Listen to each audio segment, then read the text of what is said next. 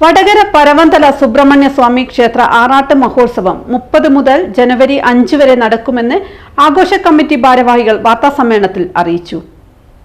30 വൈകിട്ട് 5 കലവറ നിറയ്ക്കൽ, 31 വൈകിട്ട് കൊടിയേറ്റം, ജനുവരി 1 രാത്രി 8 പ്രാദേശിക കലാകാരന്മാർ അവതരിപ്പിക്കുന്ന ഗ്രാമസന്ധ്യ, 2 രാത്രി 8 ചിലപ്പതികാരം വിൽ കലാമേള, 3 രാത്രി 8 നാടകം തിരുമുടിത്തേവർ, 4 പകൽ 12:30 മുതൽ അന്നദാനം, 5 പകൽ 12 ഭക്തി കീർത്തനങ്ങൾ, ആറാട്ട് സദ്യ, വൈകിട്ട് 6 ആറാട്ടിന് എഴുന്നള്ളിക്കൽ തുടങ്ങിയവ ഉണ്ടാകും.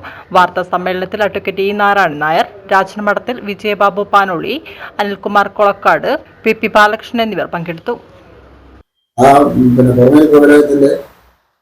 പാർട്ടീഷൻ കേസ് വടകരയുണ്ടായിരുന്നു. ആ കേസ് നടന്നുകൊണ്ടിരിക്കുന്നവരാണ് ഈ വടകര ഗുരുസ്വാമിയുടെ നേതൃത്വത്തിൽ ഇതിനൊരു കമ്മിറ്റി ഉണ്ടാക്കി, ട്രസ്റ്റ് ഉണ്ടാക്കി, ഈ അമ്പലം ഏറ്റെടുത്ത് സ്വകാര്യ ട്രസ്റ്റാണ്. സെക്രട്ടറി രാജൻ ശരിയായിരിക്കുന്നത്. ഈ ആറാട്ട് മഹോത്സവം ക്ഷേത്രത്തിൽ തുടങ്ങിയിട്ട് ഇത് 11ാമത്തെ വർഷമാണ്. ഏതോ കാലത്ത് ക്ഷേത്രത്തിൽ ഉത്സവം നടന്നിരുന്നു എന്നുള്ളൊരു ഐതിഹ്യവും അതിൻ്റെ സൂചനകളും ക്ഷേത്രത്തിൽ ഭഗവാന്റെ തിടമ്പ് ക്ഷേത്രത്തിൽ സൂക്ഷിച്ചിരിക്കുന്നുണ്ട്. അതിൻ്റെ അടിസ്ഥാനത്തിൽ തന്ത്രി പറഞ്ഞ ഏതോ 100-200 വർഷങ്ങൾക്ക് മുമ്പേ ഈ ക്ഷേത്രത്തിൽ ഉത്സവം നടന്നിട്ടുണ്ട്.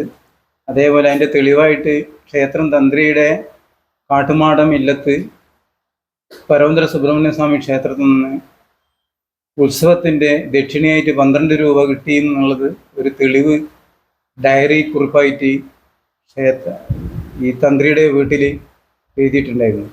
അതൊക്കെ കണക്കിലെടുത്താണ് നവീകരണ കലശം കഴിഞ്ഞതിന് ശേഷം ക്ഷേത്രം തന്ത്രി അനിൽ നമ്പൂതിരിപ്പാട് പറഞ്ഞത് ക്ഷേത്രത്തിൽ അടുത്ത ഷഷ്ടിക്ക്, ധനുമാസത്തിലെ ഷഷ്ടിക്ക് ഉത്സവം നടത്തണം, ആറാട്ട് മഹോത്സവമായിട്ട് നടത്തണം. അതുകൊണ്ട് ഞങ്ങൾ നാട്ടുകാരും ട്രസ്റ്റ് മെമ്പർമാരെല്ലാം ചേർന്നുകൊണ്ട് കഴിഞ്ഞ 11ാമത്തെ വർഷമാണ് ഉത്സവം തുടങ്ങിയിട്ട്.